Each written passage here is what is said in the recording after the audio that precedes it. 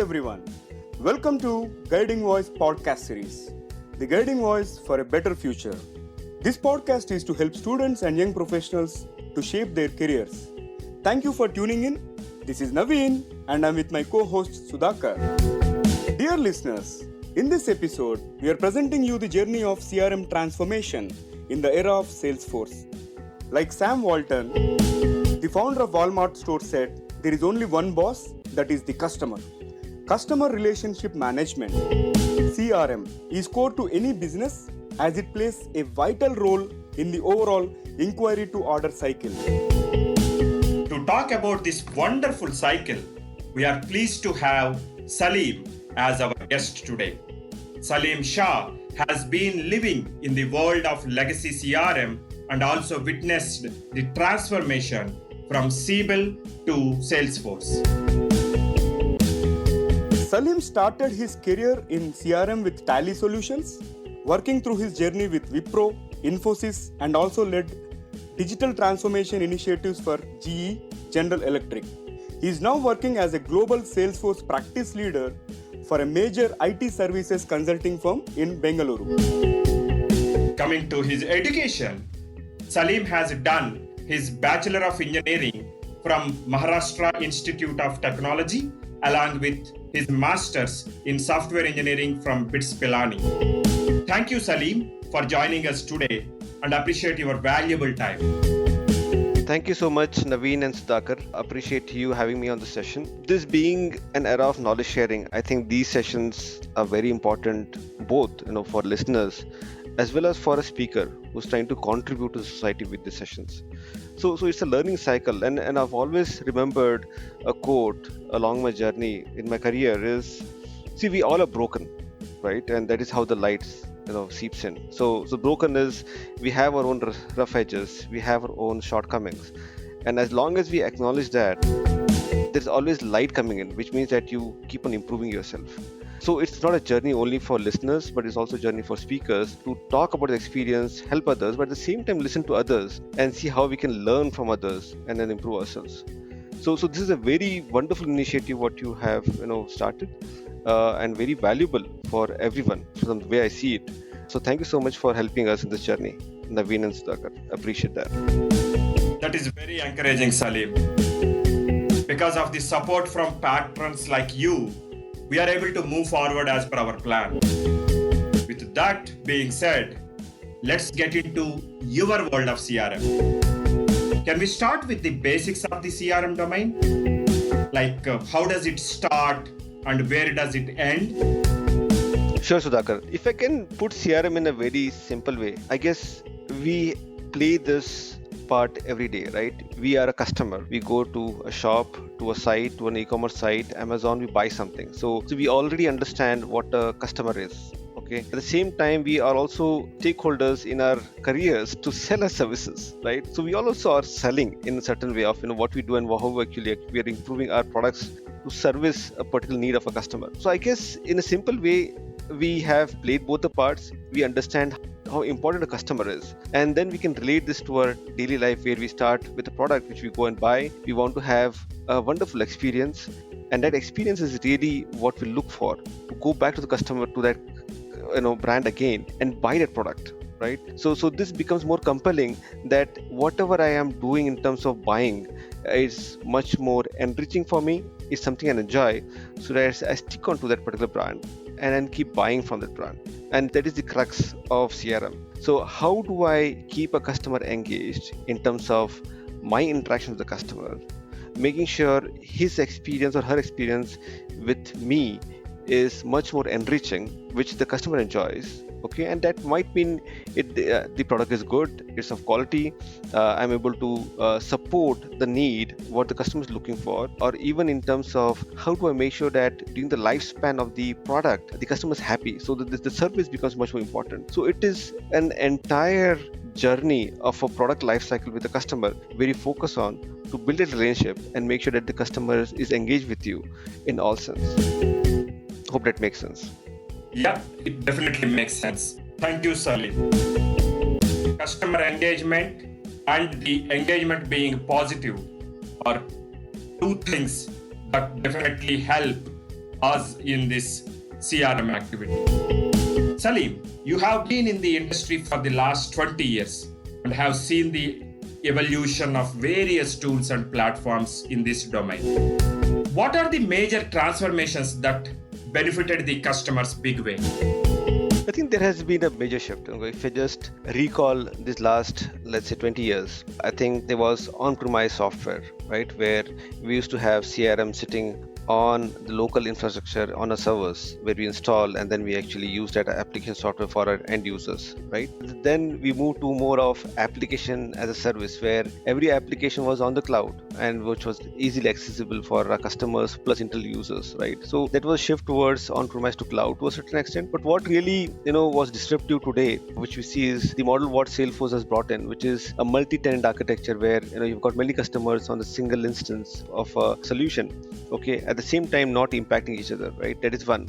At the same time, the pay as you go model, which means that I'm not locked in with my cost at one time in terms of buying licenses and infrastructure, but you pay for those services as you go. That has been a disruptive model. At the same time, if you see, there's a lot of innovations happen in this space. So we have seen Salesforce, grow from a CRM to a platform, right? So today you can build anything on a platform. It's like Google, right? You can build any applications. So you see that the focus is now to bring platforms which can service a customer end to end. So if I just take back Salesforce, because I'm so close to Salesforce, you might see me talking about Salesforce again and again. But then if you look at Salesforce, it's a platform now. It actually offers you everything. And they have been acquiring applications. So what they've done is they've acquired Tableau because the BI piece was a little weak on the platform, which was Salesforce. So now Tableau brings the BI power on the platform. They bought MuleSoft, which was the integration layer, which was weak earlier. Now, MuleSoft being added as part of the Salesforce platform has actually enriched the platform, and then a customer can come to Salesforce and they're able to do everything, right from developing not even CRM but other applications. At the same time, reporting, having an AI/ML layer on the platform. At the same time, also having easy integration with their other external applications. So you see, it is a end-to-end solution what a vendor is trying to offer, and I think that is where you will see most of the vendors going to make sure that a customer can come to them for an end-to-end solution. Perfect. So good to see multi-tenant architecture has been widely adapted now. And Salim, it was very crisp to understand. What are various roles available in CRM and how does career progression look like? It sounds like most of them are techno-functional roles. And how does it help in shaping one's career? Yeah, that is a very interesting question, Naveen. See, there has been a shift the way we managed programs earlier, which used to be like multi-year, multi-phases, to what we are today, where we are more agile, right? We want to see, let's fail fast. Right, let's have an agile model of working or more iterative way of working where we can align more towards what a customer needs, right? So that we can validate what the customer needs and not have too much of rework. So if you look at it, our spans of implementing any solution has dropped from months to weeks. So a customer would expect a solution to be available for them for a quick review in weeks. So that has also changed the way roles are getting shaped up, right? A PM role is now more techno-functional because this person is there to really talk about the functional aspect as well as the technical aspects. So there is an evolution in the roles, right? An architect has now look at multiple aspects of a solution, right from sales, marketing, service, right, even e-commerce, right? So your breadth has to increase. You also have to understand a domain, right, from an architect standpoint to make sure you're addressing a domain need from a functional standpoint, even in the solution. Functional roles have become much more wider and deeper, where now a functional person who's a BA has to look at from a sales, marketing to let's say the fulfillment of the order, right? So because a platform is now not focused only on a certain aspect of the process, but they want to have end-to-end processes implemented. So you see that there's a big shift in terms of roles. There's more demand now from the customer to make sure that we are doing more and offering them more in terms of our depth and breadth for the solution. That's great, Salim. Validating the customer needs is core for the success of any business. And also, as you mentioned, the lines between technical and business or technical and functional roles is blurring. Now, shifting our gears slightly, how do you think chatbots, AI and ML, that is artificial intelligence and machine learning, are going to transform the CRM domain? That is a very interesting question, Naveen. And I think there is a lot of evolution happening in this space now. Okay. So as we speak, I think there are customers who are now trying to automate their, let's take an example which we all are, relevant or, we can understand, customer service, right? If I'm calling a call center, okay, I expect that one is I will get solutions easily. Okay. At the same time, from a service provider standpoint or a organ standpoint, what I'm trying to do is I'm trying to look at, is this a repeatable, request? Can I automate in certain ways where I can bring in AML to understand text to speech or speech to text, right? Convert that to what is the issue, and do I have a knowledge base which can service the customer immediately, right? So AML is becoming more and more relevant over here, so that there are smart bots, okay, microbots who are playing a role in customer service to understand the speech and convert that to relevant text, search information and service the customer immediately. Okay, at the same time, what is happening is there is also a sentiment analysis happening as this conversion happening with the bots to understand that what is the customer, is he riled up, is he frustrated, is he happy with the experience or he's not happy with the experience. So rather than you asking the customer of how are you experiencing, now there's a lot of sentiment analysis from your voice modulation which these bots are picking up to understand, is this customer happy with us or not. I think that is going to create a lot of insights to really look at our every interaction. Remember, look at a call center. We'll get hundreds of calls every day. Just imagine the potential if all those calls can be analyzed, sentiment analysis done, and then we start predicting out of this base how many customers happy, how many customers not happy, and address the customers who are not happy. That is the potential today, what we see. And that is going to be much more relevant going forward. So that was one example. If you look at another example is I go to a bank, right? A bank has got relationship managers, right? Advisors. So they having information about us, what we have bought, what we can potentially buy. Look at our, demographics. We look at our, buying pattern. Looking at our, education, our, standard of living. They can actually mix and match so much information, data available about a customer to products which are relevant to them, and start giving them a very contextual response, saying, hey, this is where you should invest now, okay, at this part of your life cycle or the stage of your life. So I think this is going to get much more personalized, much more contextual to what I want, what I'm doing today, and AIML is going to help me achieve that. So there's a lot of potential and there's a lot of investment going on in this space, and I think this is going to be a very interesting space to watch out for. I think it's going to deliver a lot of value to both as an organization when it comes to cost of service, if I can take an example, also to customers having an experience with us. Sentimental analysis based on customers' voice modulation through artificial intelligence and machine learning has already started playing a vital role. Wow, that sounds really cool, Salim. How has this space evolved and how do you see people fit in? Right, Naveen, that is a good question. So there are multiple aspects to this. Okay, so the shift of the industry is changing. If you look at enterprise customers, okay, the CRM is done, right? CRM, they've invested in CRM, they have got sales, service, marketing. So that is done for them. So they're already using a tool to manage their customers. So the shift is moving to mid-market. So small, medium enterprises, right, who really need a good CRM now and who are scaling up in the market because they see more consumer demand, they're growing as an organization. So that is where we see the next set of customers coming in, right, in new markets like India, Middle East, Australia. That is one aspect of it.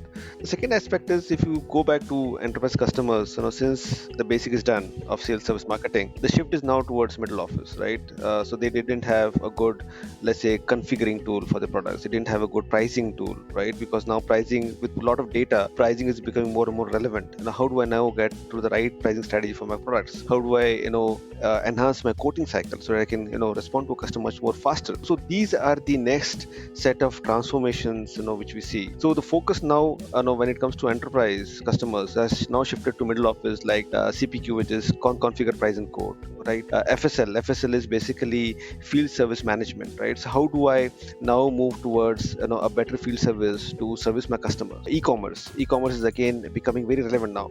So looking at the current situation, I think COVID is a perfect example where we have been forced to transform in a very quicker way, right? This last 2 months has helped our organization move towards a digital platform in a much more quicker way. Now the focus is with this COVID situation. Many companies are grappling with the idea of how do I do touchless sales, right? I can't have physical contact. I can't go and sit with the customer physically. That is something we want to avoid. So that brings the new focus, which is on e-commerce. So how do I move my product to e-commerce now? Because that is where I think the potential is. How do I have that touchless sales? So I think this is pretty disruptive what is happening right now in the market, and I think this is going to evolve in a much more different way. I think this last 2 months have been eye opener. It's been big shift.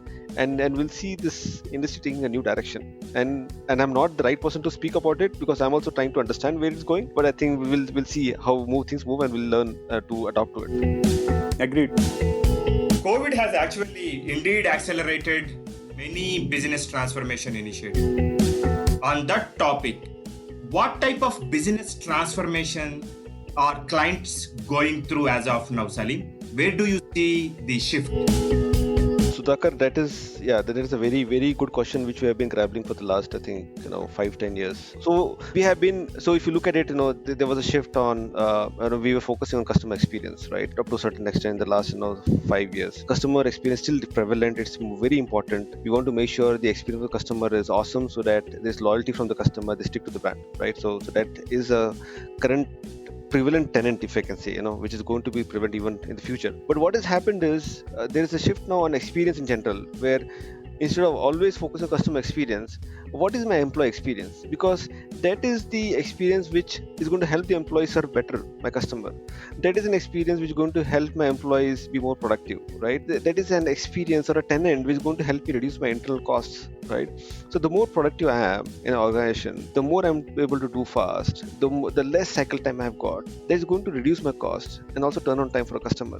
So you see there is a dual benefit over here, right? So the focus now has also shifted in terms of productivity in general and experience in general, so that I can service my customers in a faster way and my customer experience is enhanced. At the same time, my employee productivity is also improved, and even the employee likes what he's doing on the system. He adapts to the system. He enjoys working on the system, right? So these two have become a primary tenant if you look at it. So that is one shift which you see, right? The second shift, what we see is the focus. A lot of organizations are focusing on new customer acquisitions, right? But if you look at it, the market is much more difficult to acquire new customers.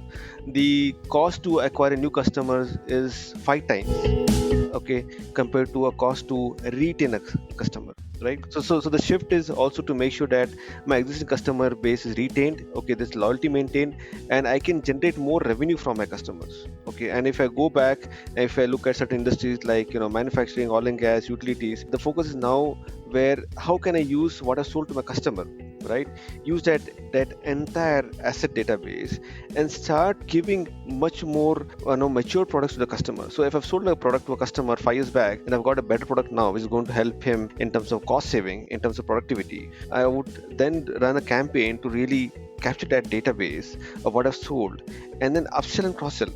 Okay, so now the focus is also to generate revenue, okay, from an existing customer, assets I've sold, okay, to bring in much more growth from the existing, customer database. At the same time, we are also looking at how do I now optimize my service processes, right? So that service revenue is becoming much more prevalent.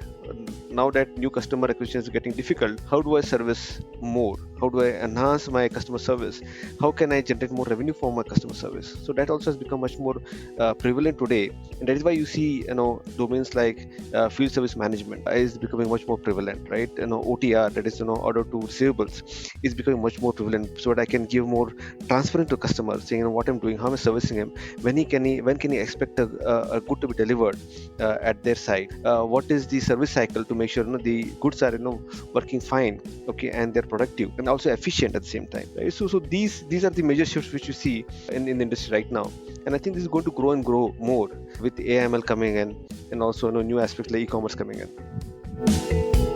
Salim, you mentioned customer experience and employee experience. What are the key elements today that can help in customer retention as well as top line growth?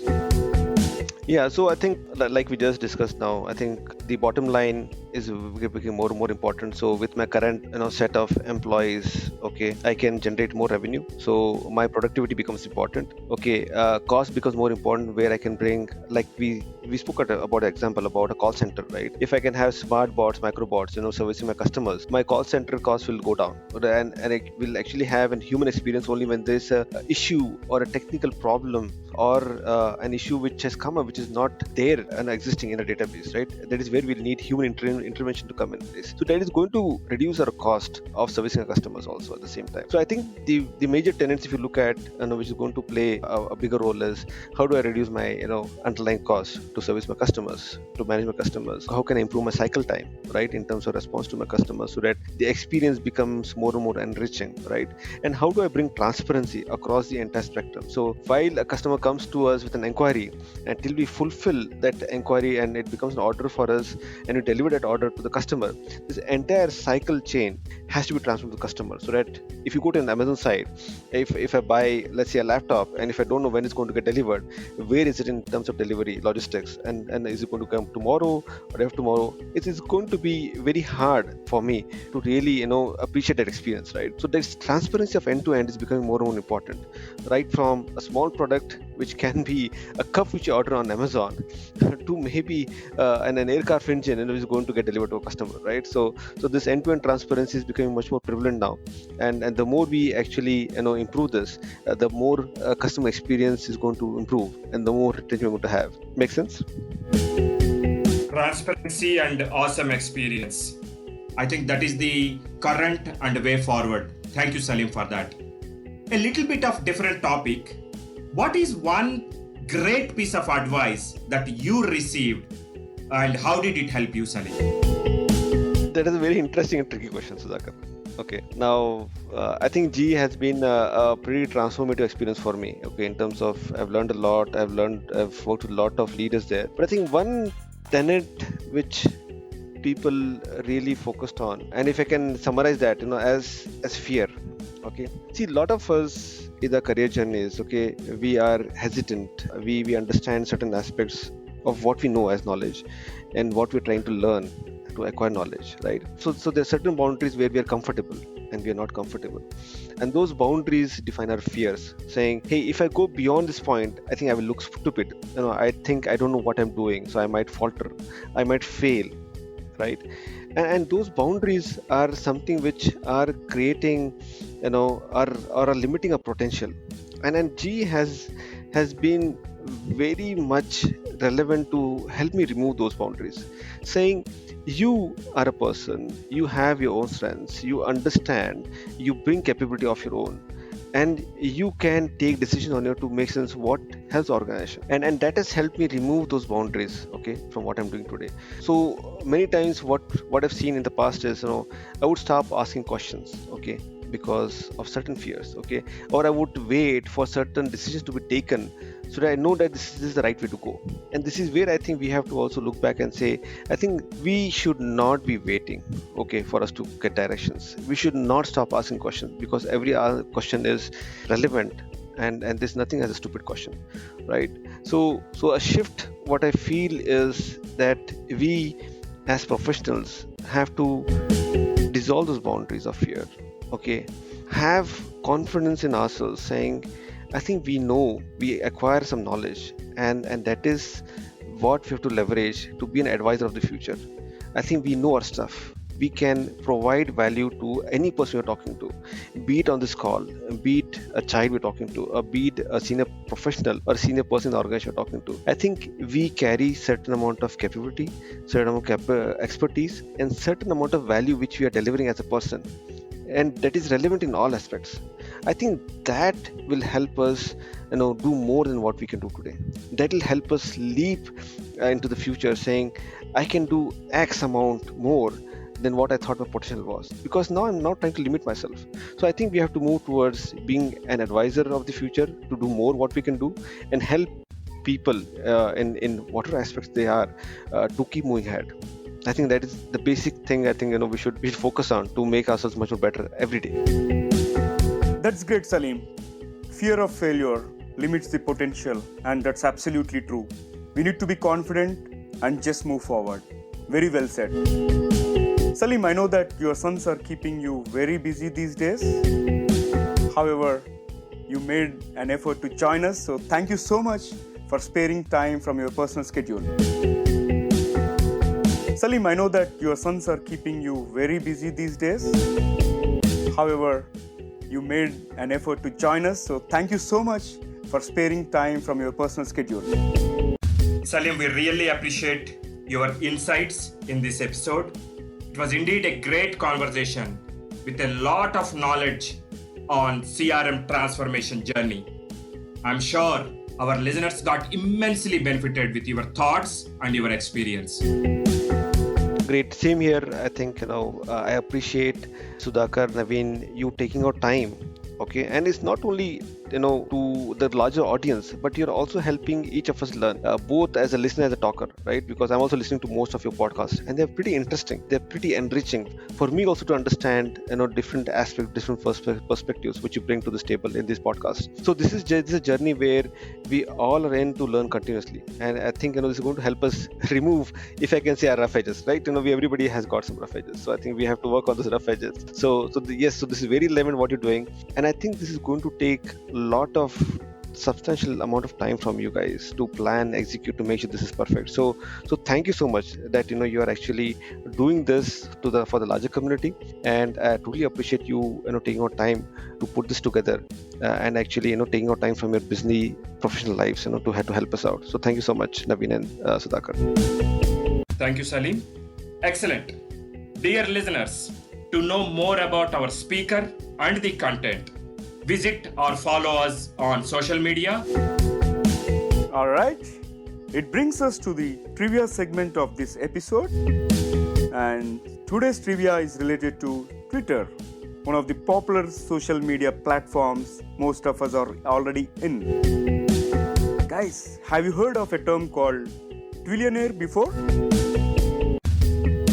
Okay. Someone who is on Twitter and has 1 million or more followers is known as a Twillionaire. And Sudhakar and I are the Twillionaires in the making.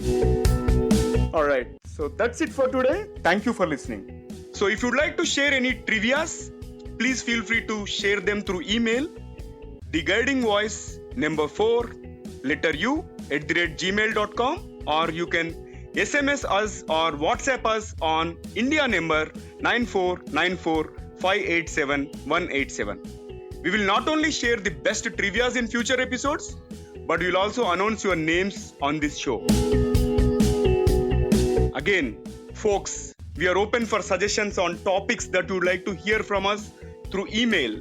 Our email address is theguidingvoice4u@gmail.com.